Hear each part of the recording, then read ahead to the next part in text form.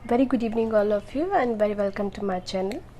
इस वीडियो में हम बात करेंगे राजद्रोह के बारे में। एग्जैक्टली राजद्रोह क्या है इसके बारे में बात करेंगे। आपने कई बार सुना होगा राजद्रोह को लेकर। नागरिकता संशोधन अधिनियम जब पारित हुआ था तो बहुत सारे व्यक्तियों पर राजद्रोह कानून के अंतर्गत कई बार कार्यवाही की गई थी।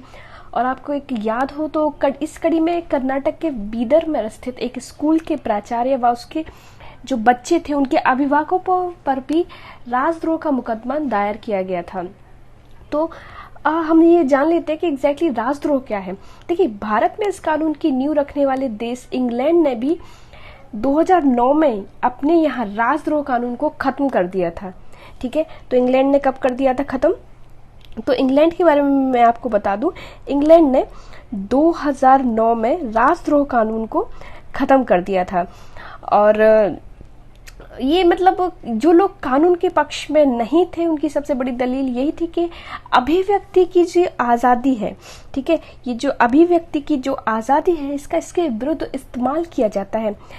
तो क्या इसमें बाकी कोई दम है? तो चलिए इसके लिए हम थोड़ा सा डिस्कशन करते हैं कि एग्जैक्टली राजद्रोह क्या है। और ये हमारे पेपर सेकंड के लिए काफी इंपॉर्टेंट है। आपको पता है पेपर सेकंड में आता है हमारा कॉन्स्टिट्यूशन आता है, गवर्नेंस आता है, सोशल जस्टिस आता है। तो इन सभी का मिला जुला कर देखें तो ये बहुत ही इंपॉर्टेंट टॉपिक हमारे लिए हो जाता है। तो सबसे पहले राजद्रोह क्या है हम ये जानते हैं।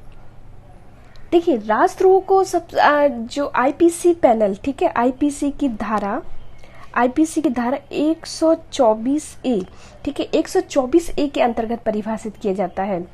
भारतीय दंड संहिता की धारा 124A के अनुसार जो कोई बोले गए या लिखे गए शब्दों द्वारा या संकेतों द्वारा दृश्य रूपण द्वारा भारत में विधि द्वारा स्थापित सरकार के प्रति घृणा या अवमानना पैदा करेगा या पैदा करने का प्रयत्न करेगा, प्रदीप्ति प्रयत्न करेगा या फिर प्रदीप्त करने का प्रयत्न करेगा, उसे आजीवन कारावास या 3 वर्ष तक कैद, जुर्माना अथवा दंड किए जाने के प्रावधान इसमें दिए गए हैं। ठीक है, तो ये है आपका देशद्रोह कानून, राजद्रोह कानून।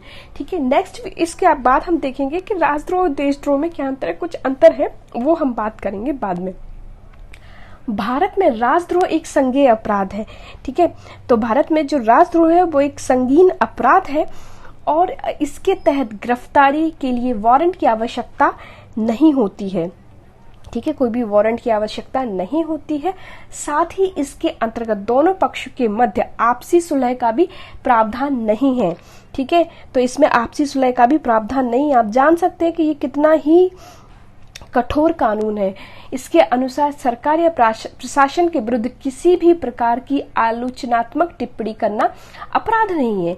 ठीक है, मतलब ऐसा नहीं कि आपने सरकार की आलोचना की और आपको राजद्रोह कानून के अंतर्गत एकदम बंदी बना लिया गया, नहीं, ऐसा नहीं। इसमें कुछ इसके क्राइटेरिया है, उसके तहत ही राजद्रोह कानून लगाया जाता है।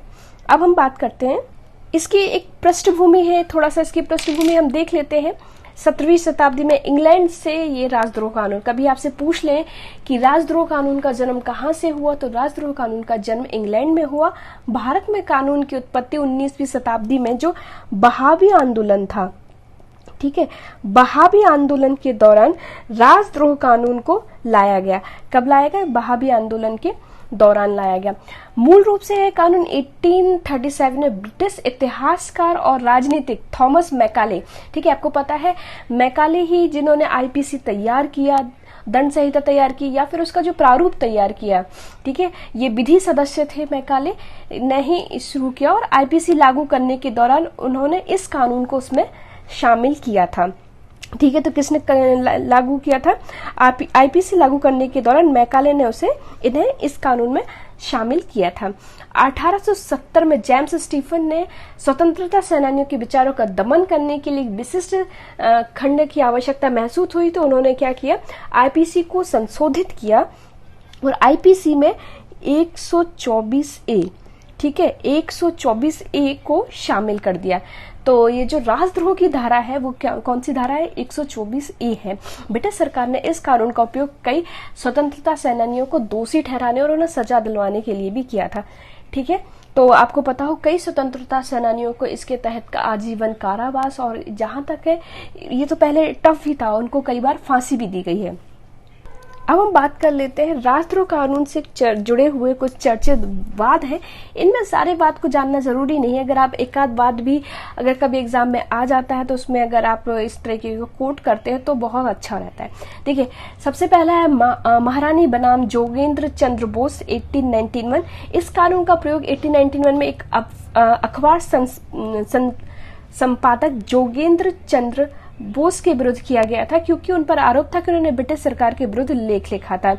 महारानी बनाम बाल गंगाधर तिलक, देखिए ये आ गया ना, महारानी बनाम बाल गंगाधर तिलक 1897। उन्हें 3 बार राजद्रोह का मुकदमा चलाया गया, उनके ऊपर सरकार की अवमानना करने का आरोप लगाया, और उनका जो अखबार था, ठीक है, तो उनके अखबारों में लिखे व्याख्यान, और इसी के तहत बाल गंगाधर तिलक को कई बार जेल जाना पड़ा। महारानी बनाम मोहनदास करमचंद गांधी 1922, ठीक है, यंग इंडिया जो इनका पत्र था, कौन सा यंग इंडिया जो नामक पत्र था, उसमें संवेदनशील लेख लिखने के कारण इन पर राजद्रोह का मुकदमा चलाया गया था, और असंतोष फैलाने के कारण इनको जेल 6 वर्ष की कारावास की सजा सुनाई गई थी। ठीक है, असहयोग आंदोलन भी चल रहा था, उसके बाद ही इनको सीधे जेल भेज दिया गया था। अब हम बात करते हैं इसमें केदारनाथ सिंह बनाम बिहार राज्य। ये देखिए, आपने अगर ये जो बाल गंगाधर तिलक 1987 और मोहनदास करमचंद गांधी 1922 इसको याद कर लिया तो इसमें बहुत आपके लिए बहुत अच्छा होगा, और इसको जरूर अगर आपके उसमें आता है तो कोट कीजिएगा। उसके बाद ये आता है केदारनाथ सिंह बनाम बिहार राज्य। इसमें सर्वोच्च न्यायालय ने एक निर्णय दिया। ठीक है, इसमें सर्वोच्च न्यायालय ने क्या निर्णय दिया?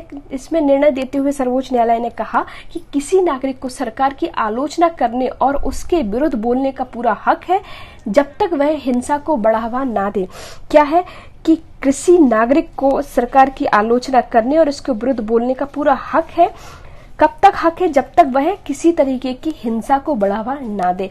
उसके बाद आता है बलवंत सिंह और अन्य बनाम पंजाब राज्य 1984 में इंदिरा गांधी की हत्या वाले दिन चंडीगढ़ में बलवंत सिंह नाम के एक शख्स ने अपने साथी से मिलकर खालिस्तान जिंदाबाद के नारे लगाए थे। इस मामले में दोनों पर राजद्रोह का मुकदमा चलाया गया था।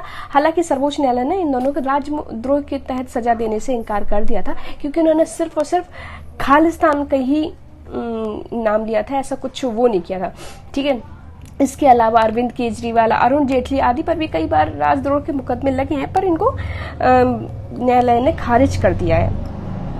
अब आता है कि राजद्रोह के पक्ष में तर्क कि क्या ये धारा सही है या गलत है। तो देखिए, राजद्रोह कानून के पक्ष में बुद्धिजीवियों का एक वर्ग मानता है कि आईपीसी की धारा 124A सरकार को राष्ट्र विरोधी, अलगाववादी और आतंकवादी तत्वों से मुकाबला करने में शक्ति प्रदान करता है। कौन कौन से? राष्ट्र विरोधी, आतंकवादी, अलगाववादी तत्वों से जो इनसे मुकाबला करने में शक्ति प्रदान करता है। यह लोकतांत्रिक रूप से चुनी हुई हिंसा को अवैध तरीके से उखाड़ फेंकने के प्रयासों से बचाता है। विधिक कानून मतलब ऐसा अगर कोई इस तरीके का कार्य करता है तो हमारे पास एक वैधानिक तरीका है, हम इसे अवैध तरीके से नहीं कर रहे हैं, वैधानिक तरीके से कर रहे हैं।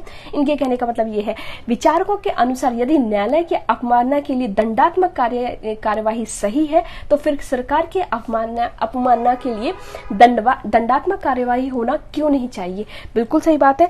जब न्यायालय की अवमानना के लिए दंडात्मक कार्यवाही है तो सरकार की कार्यवाही के लिए भी दंडात्मक कार्यवाही होनी चाहिए। आज विभिन्न राज्य माओवादी विद्रोह का सामना कर रहे हैं और इससे निपटने के लिए यह कानून बहुत आवश्यक है। इसके बाद इसके विपक्ष में तर्क देखें तो देखिए, राजद्रोह की आलोचना करने वाले विचारकों का मानना है यह गांधी दर्शन के मूल सिद्धांत असंतोष व अधिकार की अवहेलना करता है। इसमें आप कुछ बहुत सारी चीजें लिख सकते हैं। देखिए, राजद्रोह कानून के रूप में के लिए सरकार अलोकप्रिय स्वतंत्र भाषण, स्वतंत्र विचार को दबाने का एक उपकरण भी यहाँ पर ये साबित हो सकता है। धारा 124 औपनिवेशिक विरासत का एक अवशेष है। ठीक है, वेस्टिजियल ऑर्गन है ये, एवं भारतीय लोकतांत्रिक में अनुपयुक्त यह संविधान द्वारा प्रदत्त विचार अभिव्यक्ति की स्वतंत्रता पर प्रश्न चिन्ह खड़ा करता है। ठीक है, आर्टिकल जो 124A है, ये जो जो विचार की अभिव्यक्ति की विचार और अभिव्यक्ति की स्वतंत्रता है, बोलने की स्वतंत्रता, उस पर एक प्रश्न चिन्ह खड़ा करता है। जीवंत लोकतंत्र के लिए आवश्यक है कि सरकार की आलोचना, उसके प्रति असंतोष को भी स्थान दिया जाए, परंतु कई बार इस कानून का गलत प्रयोग करना संभव हो सकता है। दरअसल जो धारा 124 में जिन शब्दों का प्रयोग किया जाता है उसकी स्पष्टता को लेकर सवाल खड़े होते हैं, क्योंकि धारा 124 में स्पष्टता न होने के कारण इस कानून के दुरुपयोग की संभावना बढ़ जाती है। इस कानून को लागू करने वाले जो देश है उन्होंने अपने हाथ इसको समाप्त कर दिया, लेकिन हमारे पास कोई भी कारण नहीं बचता है कि हम इस वर्षों पुराने कानून, औपनिवेशिक कानून का बोझ अपने सर पर ढोते रहें।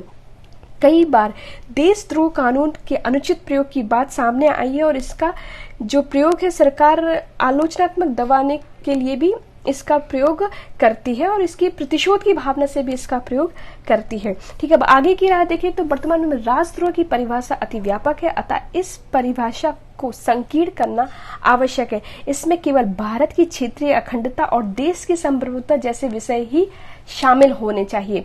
कानून का अनुपालन सुनिश्चित करने वाली एजेंसियों को राष्ट्रद्रोह के मामले में सर्वोच्च न्यायालय के दिशा निर्देशों की जानकारी प्रदान करना आवश्यक है। और अंत में गांधी जी के शब्दों में एक कुछ कोट है, वो आप जरूर याद कीजिएगा।